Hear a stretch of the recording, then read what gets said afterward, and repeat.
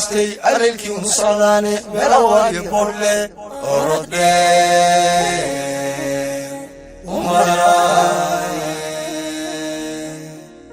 islaax aan ka shaqaynee arrintaa la dhammeeyo akhbaar dhiila la keenyo ceelaf weyn yaagtiisa umi aan mar damayniyo olol baa ka baxaayo waa ayaan darro weyne war miyay idaan ogeyn waa ayaan darro weyne war miyay idaan ogeyn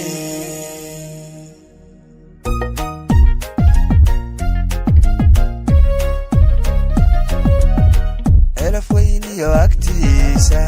umiyaan mar damayniyo olol baa ka baxaayo waa ayaan darro weyne war miyay idaan ogeyn waa ayaan darro weyne war miyay idaan ogeyn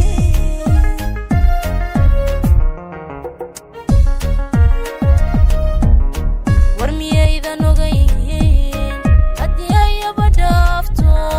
war miyay idaan ogeyn haddii ay abadhaafto umuladu xinigaadho afada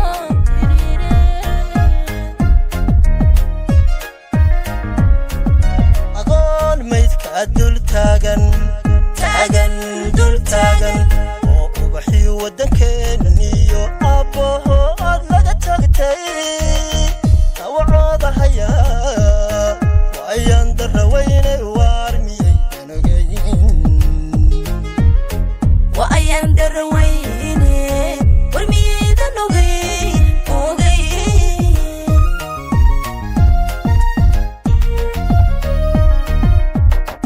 iblaysku adeegtaa bulshadii ambinaayo ajarana way baxayaane rabbiga amarkiisiyo ilankiisu furaaye allahan baryanow aslaxwaana ka yeelo daada ku suuri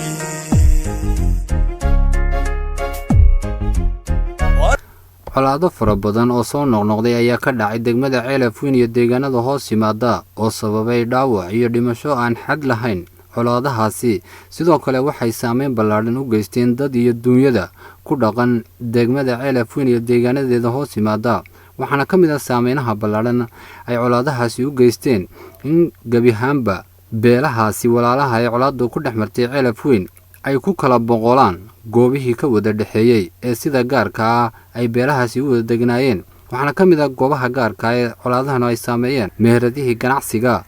suuqyadii waaweynaa ee degmada ceelaf weyn oo ah mid cidlaa goobihii waxbarashada iyo gebi ahaanba goobihii ka wada dhexeeyey bulshadaasi ay colaaduhu saameyn ballaadhan u geysteen waxaad arkaysaa suuqyadii waaweyneyd ee degmada ceelaf weyn oo cidla walow heshiisyo fara badana ay beelahaasi la dhex dhigay balse aanay qoraalka alle ay ka dambaysay in heshiisyadaasi buraan oo nafo badan ay qornaayeen oo ay ku naf waayeen deegaanadaasi colaadaha ka dhacay xildhibaan saleebaan yuusuf tiriyo odowa maayirka degmada ceelaf weyn oo ah laba mas-uula oo ka soo jeeda degmadaasi ceelaf weyn islamarkaasina beelahay colaadu dhex marayso kasoo kala jeeda ayaa baaq beelahaasi baaq nabadeed u diray iyagoona ka baryay inay colaada joojiyaan intaasina ay ku joojiyaan sidoo kalena ka warbixiyey saamaynta togan ee colaadahaasu ka geysteen deegaanadaasi sallallahu alayhi wasallam maanta sida xildhibaanku sheegay waxaan rajeynaynaa ififaalo nabadeed oo laga wado degmada ceelaf weyn waxaan leenahay waanu soo dhaweynaynaa dadkana waxaan leenahay 4 sano ayaa colaadi ka jirtay waxyeelada ee dhibaatadii nabadgelyo inoo geystay waynu wada ognahay waxbarashadii waa la waayay adeeg kale umadu baahneed baa la waayay isdhexgalkii ganacsigii baa baabay magaaladii weyneed ee qadiimka ahayd ayaa maanta lambar 1kii suuqa ahay laagu mari jiray aan wax jira oo ahayn oo xidhan yahay ilaahay xaday gaadhay adeegii suuqa ay haweenkooda adeegan jireen oo suura gali waayay dhibta inta le baa bay heerka nabadgelyada gaarsiisay wixii dhintay waa ku dhinteen wixii ku naafay ku dhaawacmeen maxalana maanta wixii nool ha loo taliyo oo dadka aayihiisa noloshiisa iyo jiritaankiisa laga taliyo nabad oo lagu noolaadana wax dhaama ma jiraan colaadu qaraarkay leedahayna waynu dhadhaminay nabada macaankeeduna waynu u baahanahay lagu dadaalo leenahay waxaanu fadhinaa anigoo ah xildhibaan Salmaan Yuusuf Diiriye iyo maayarkii degmada Cabdiraxiin Abi Yuusuf Axmed Duuleed iyo saxaafadii oo maanta aanu yeelana wehelisa waxaanu reer Ceelafweyn ka xasuusinaynaa aafada colaada ama nabadgelyada xumadu ay degmada yeeshay oo kamid ah iskuuladoodii oo burburay kadib markii ay ciidamada digeen oo ay ardadii kala qaybsantay oo ay waxbarashadii tayada lahayd ee degmada ka jirtay halka lagu waayay colaada awadeed dadkii oo kala qoqobmay ehelka ahaa oo isaguna maanta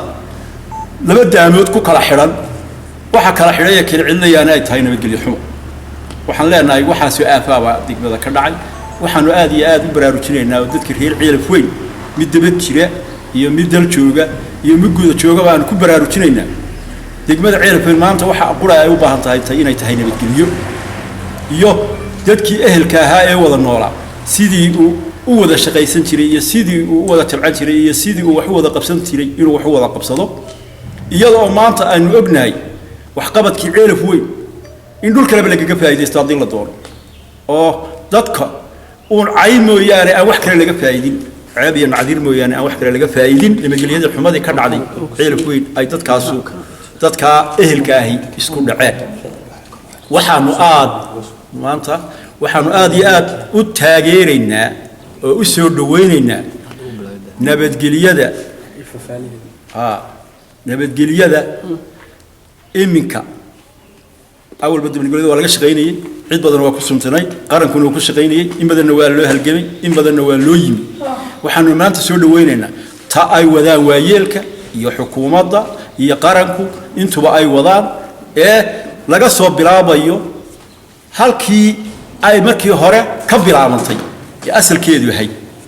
يا فرع على راعي أصل كلا راعيو وأنا لأن هاي وسول ويننا لبضا بيرو waxa la yiri wadaantii geelada kaafidaad ee geel walaala kalkaasha hadii cid nabado ama cid colaada joojiso ama cid heshiiso umada oo dhan bay danuta waxaan leenahay hadii arko waxa lagu yaala laba reer baa heshiinay labada reer hadii heshiiyaan labada reer kale dariska laahina waa heshiinayaan waxaan aad iyo aad u soo dhaweynaynaa nabadaas inaanu qaadanayno dadka iyaga iyo ehelka gaar iyo guudbana aanu soo dhaweynayno in nabadaas qabsoonto oo sal laga dhigo oo aan shuruud lagu xirin annaguna mas'uuliyiinteedii hadaanu nahay degmada diyaar baan u nahay dadka iyagana waxaanu ku boorinaynaa wax nabadgelyo dhaama ma jireen nabadgelyo la qaato geesta kale saraakiisha ciidanka qaranka ee Soomaaliland ee ku sugan degmadaasi Ceelafweyn nadihii maalmihii u dambeeyay ugu sugnaa howlaha nabadeyn ee beelahaasi ayaa iyaguna sidoo kale baaq nabadeed u diray beelahaasi waxayna ugu baaqeen inay nabad qaataan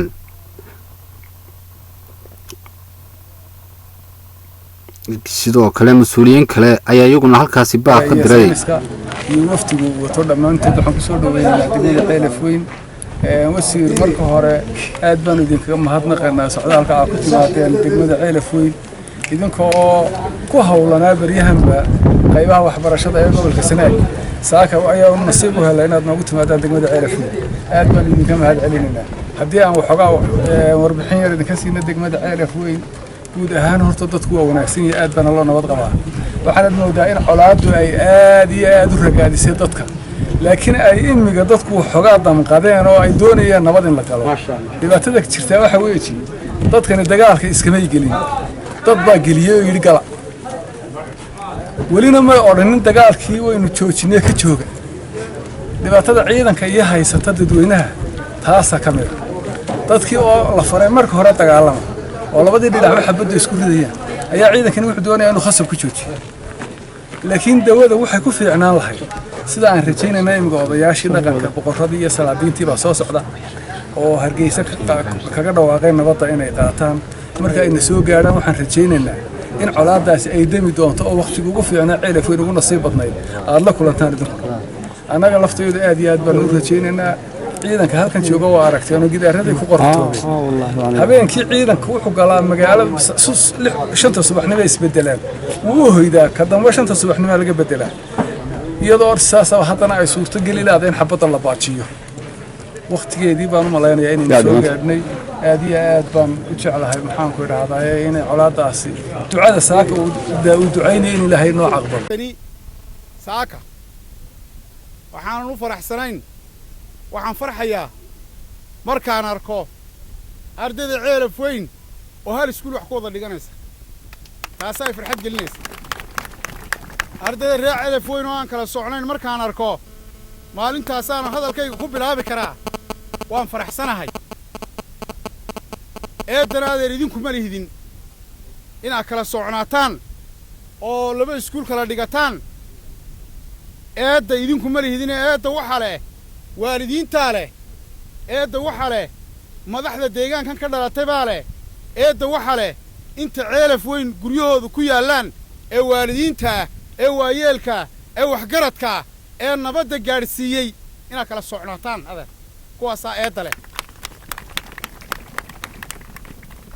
idinku waxaad tinubixii dalka waa soo koraysaan wax dembi oo dhacdooyinka dhacaya ku leedihiin ma jiro waxaad si ogaataan nabadda inaad kaalin ka qaadan kartaan nabadgelyo darradu inay idinka dhib idinku hayso waa inaa ogaataan ardaygu waa inuu ogaadaa haddii uu isagu xilisa saaran ilmo yar isu arkin oo walaalkiisa ay jaarka yihiin uu u tago oo uu u wareego oo uu la ciyaaro oo uu waxaan ku idhi muxuu ahaa ay saaxiib noqdaan nabaddu inay halkaa ka imanayso waa inaa ogaataan idinka ayaa nabadda keeni karaa adeer dadka waaweyn way ku fasilmeen arrintaa haddaan soo ururiyo hadalkayga innagoo baca taagan maxamed xaasin lamac gaariye abwaankeennii weynaa waa kii lahaa weli raggu waa isdili jiray dibna waa ka kaban jiray duubigu ka naaftee weli dunida lama arag cudur aan dawo lahayn doqonnimo mooye weli dunida lama arag cudur aan dawo lahayn doqonnimo mooye waxay nabaddu imanaysaa marka carruurteennu hal iskuul wada dhigato taa ogaada reer ceelaf weynow aan soo ururiye maxamed xaasin lamac gaariye wuxuu inooga tegey tusaalayaal badan oo lagu halqabsan karo oo maantana taagan waa kii lahaa maruu hayo bari dhacday ka warramayey ma og tahay hadraawi ma kuu war ma og tahayna hawd laga guuray ma og tahay habaas ka dalluumay shimbiraha dhirtii harsan waayey hooyada baroorta naf mooday caanada ilmaha ku hadaaqay dhalashii hablaa dhaxdin seegay hadday hablo jiraan maanta dhalasho iyo dhaxdin seegay waxaa hubaala kuwa ceelaf weyn maanta joogaa inay ku dhalasho iyo dhaxdinba seegeen maalmihii u dambeeyey